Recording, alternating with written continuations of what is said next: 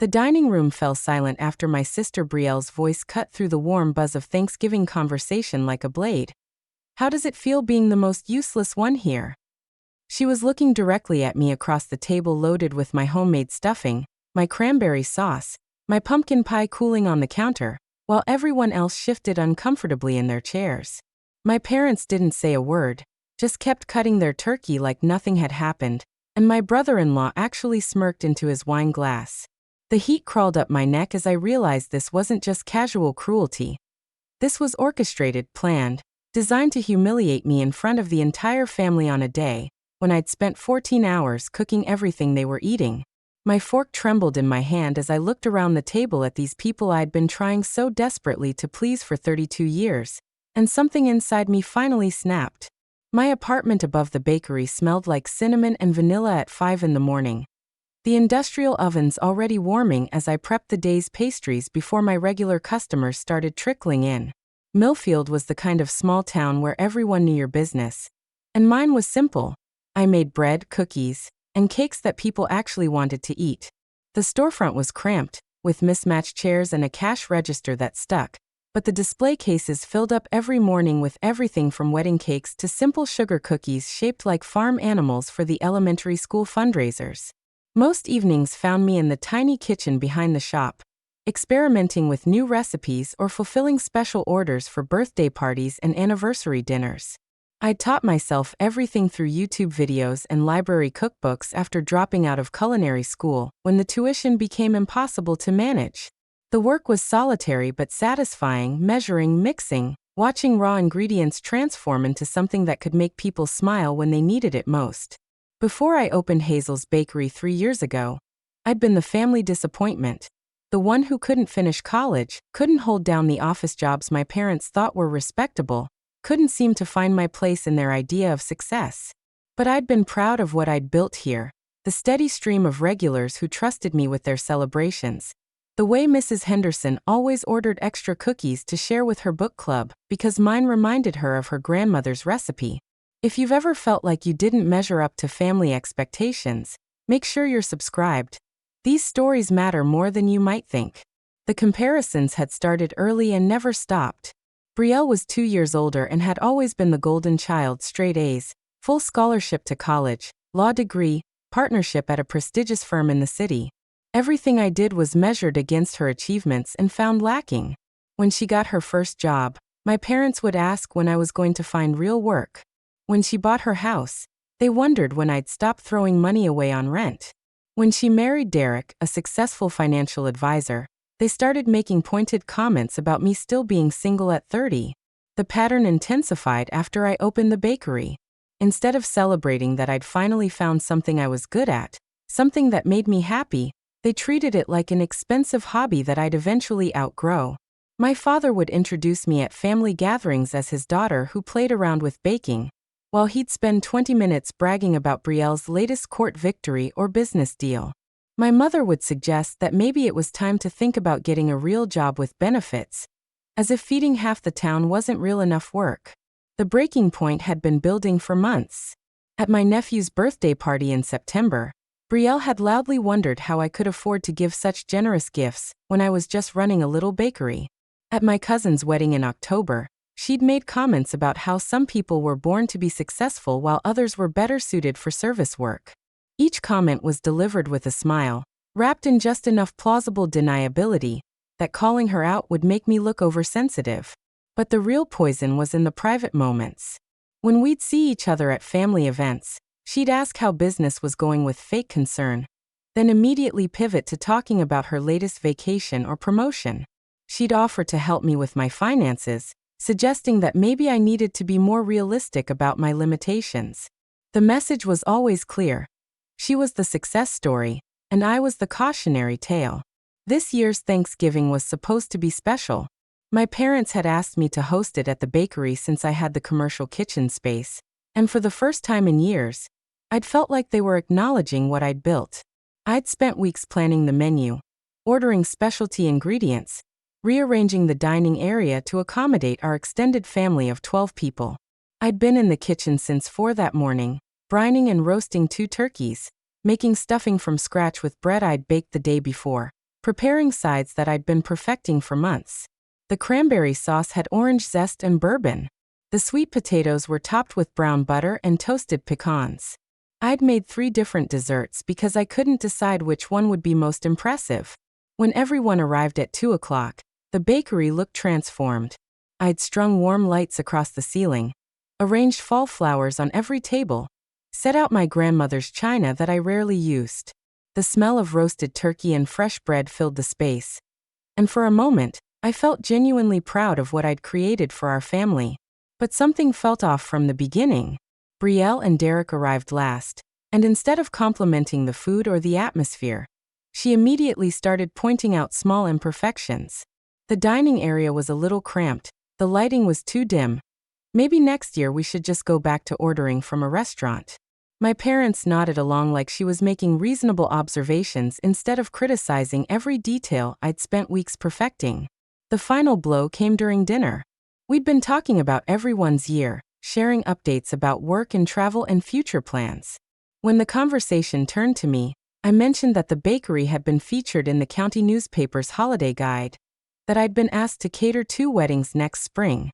Instead of congratulating me, Brielle laughed and said that was cute, that it must be nice to have such simple goals. That's when she delivered the line that shattered everything. Looking around the table at the meal I'd prepared, the space I'd created, the work I'd poured my heart into, and asking how it felt to be the most useless one there. The words hung in the air while everyone kept eating my food, sitting in my space, benefiting from my labor while treating me like I was invisible. I excused myself to the kitchen, claiming I needed to check on the desserts, but really I just needed a moment to breathe without feeling their eyes on me. I stood at the prep counter where I'd spent countless hours perfecting recipes, trying to understand how I'd ended up here. Surrounded by family who saw my passion as a character flaw, my success as insignificant. The tears came hard and fast, 3 years of suppressed frustration and hurt pouring out while I gripped the edge of the steel counter. I'd worked 80-hour weeks to build this business, had gone without vacations and new clothes and nights out to invest everything back into the bakery. I'd built something real, something that mattered to this community, and they still saw me as the failure. I almost walked out that night. Almost grabbed my coat and left them to clean up the mess, to figure out dessert, to sit with the awkwardness of what had just happened. But then I remembered something my grandmother used to say when I was little and feeling overlooked, that sometimes people can't see your worth because they're too busy protecting their own sense of superiority. In that moment, standing in my own kitchen surrounded by the tools of my trade, I realized I'd been playing by their rules my entire life, accepting their definition of success, apologizing for my choices, trying to earn respect from people who had already decided I didn't deserve it. The anger that followed wasn't hot and explosive. It was cold and calculating and surprisingly clear. For the first time in years, I knew exactly what I needed to do. My first instinct was confrontation. To march back out there and defend myself, to list all my accomplishments, to make them acknowledge what I'd built. But I'd tried that approach before and it always ended the same way, with them dismissing my feelings and me looking desperate for their approval. Instead, I started paying attention, really listening to what they said and how they said it. Over the next few weeks, I noticed patterns I'd been too hurt to see clearly before. The way Brielle would steer conversations away from my successes. How my parents would change the subject when other people complimented my work. The subtle ways they all conspired to keep me small in their narrative.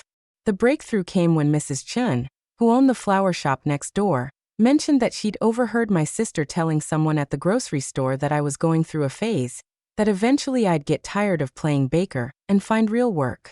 The casual cruelty of it, the way she was actively undermining my reputation in our small town, crystallized something for me. I started documenting things differently. Not their words exactly, but the patterns. The way family gatherings always centered around Brielle's achievements. How my parents' social media was filled with proud posts about her career, but never mentioned the bakery. The fact that in 3 years, none of them had ever brought a friend or colleague to try my food. My first attempt at setting boundaries backfired spectacularly. I tried to have a calm conversation with my mother about how Brielle's comments made me feel, thinking maybe she didn't realize how hurtful they were. Instead, She got defensive and said I was being too sensitive, that Brielle was just trying to motivate me to reach my potential. When I mentioned specific examples, she said I was taking things out of context. That conversation taught me something important.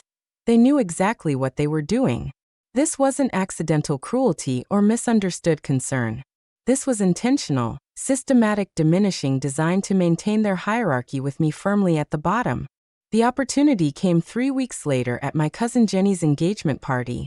It was being held at the country club where Derek played golf, the kind of upscale venue that impressed my parents. Brielle had volunteered to coordinate the desserts, presenting it as a generous gesture to help Jenny save money on catering. What I didn't know until the day of the party was that she'd ordered everything from my bakery. Not as a way to support my business or showcase my work, but as a convenient solution that she could take credit for coordinating. When I arrived to deliver the cake and pastries, I overheard her telling a group of guests how she'd managed to find decent desserts despite the limited options in our small town. The party was in full swing when I made my entrance, not as a guest but as the hired help delivering baked goods through the service entrance. I watched Brielle accept compliments on the beautiful cake, the delicious cookies, the perfect presentation. She didn't mention my name once, just smiled and said she'd put a lot of thought into selecting the right vendor. I waited until the cake-cutting ceremony, when everyone was gathered around taking photos. Then I approached the microphone that was set up for toasts and speeches. The room grew quiet as I tapped it gently, everyone turning to see who was speaking. I started by congratulating Jenny and her fiancé, mentioning how honored I was to be part of their celebration. Then I shared how delighted I'd been when Brielle had placed such a large order at my bakery for tonight's desserts. How gratifying it was to see people enjoying the cake I'd designed specifically for this occasion. I pulled out my phone and showed the room the original sketches I'd drawn for the cake design, the detailed notes about flavor preferences, the timeline I'd created for preparing each component. I mentioned how much care had gone into every cookie, every cupcake, how I'd worked late into the night to make sure everything was perfect for Jenny's special day. The silence that followed was different from polite attention. It was the sound of people connecting dots, realizing they'd been watching someone take credit for work they hadn't done. I could see guests looking back and forth between me and Brielle, could see the confusion and embarrassment on her face as she realized her deception had been exposed.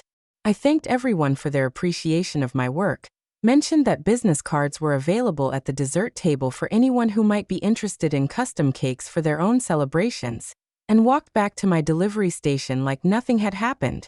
The call started the next morning. Jenny first, mortified and apologetic, saying she'd had no idea Brielle had taken credit for my work. Then other family members who'd been at the party, suddenly understanding why I'd seemed distant at recent gatherings. Several of Brielle's friends from the country club, impressed by the quality of the desserts and interested in placing their own orders. Brielle herself waited 3 days before calling, her voice tight with controlled anger. She accused me of humiliating her publicly, of being petty and vindictive over a simple misunderstanding. When I asked her to explain what part of taking credit for my work was a misunderstanding, she hung up on me. My parents called that evening, disappointed and concerned about family drama being aired in public. They suggested that maybe both Brielle and I had handled things poorly, that perhaps we should all sit down and work this out like adults. When I asked if they thought taking credit for someone else's work was appropriate behavior, my mother sighed and said I was making this more complicated than it needed to be. But something fundamental had shifted. The relatives who called weren't offering empty platitudes about family harmony. They were genuinely disturbed by what they witnessed. Cousin Jenny started recommending my bakery to her friends. Uncle Robert brought his book club to try my pastries. People who treated my work as a cute hobby suddenly began seeing it as a legitimate business worthy of respect. The orders increased significantly over the following weeks. Word spread about the quality of my work, about the attention to detail, about the passion I brought to every project. For the first time since opening the bakery, I had to hire part-time help to keep up with demand. More importantly, I stopped waiting for my family's approval. I quit explaining myself, quit defending my choices, quit accepting their definition of what constituted success or failure. 6 months later, I look back on that Thanksgiving dinner as the moment I finally stopped being complicit in my own diminishment. The question Brielle asked that night, how does it feel being the most useless one here, turned out to be more revealing about her character than mine. The most surprising thing about stepping out of a toxic family role isn't the resistance you face from the people who benefited from keeping you small. It's discovering how many other people were waiting for you to value yourself enough to demand better treatment. My business has tripled in size. I've hired 2 full-time employees and moved into a larger space downtown. The bakery was featured in a regional magazine as one of the hidden gems worth traveling for. None of these achievements required my family's permission or approval to be valid. Brielle still introduces herself as the successful sister when we're in the same room, but the sting has gone out of it. When you stop measuring your worth by someone else's opinion, their criticism loses its power to wound you. Sometimes people ask if I regret exposing her behavior so publicly, if I wish I'd handled it differently. But I think about all the years I spent absorbing her cruelty in silence, all the times I let her take credit for things that didn't belong to her, all the opportunities one missed because I believed her version of who I was. The people who truly matter don't need you to be small to feel big themselves. They don't steal credit for your work or mock your dreams or ask how it feels to be useless while eating food you spent 14 hours preparing. Sometimes the most powerful thing you can do is simply tell the truth about what actually happened and let people draw their own conclusions about what kind of character they're witnessing.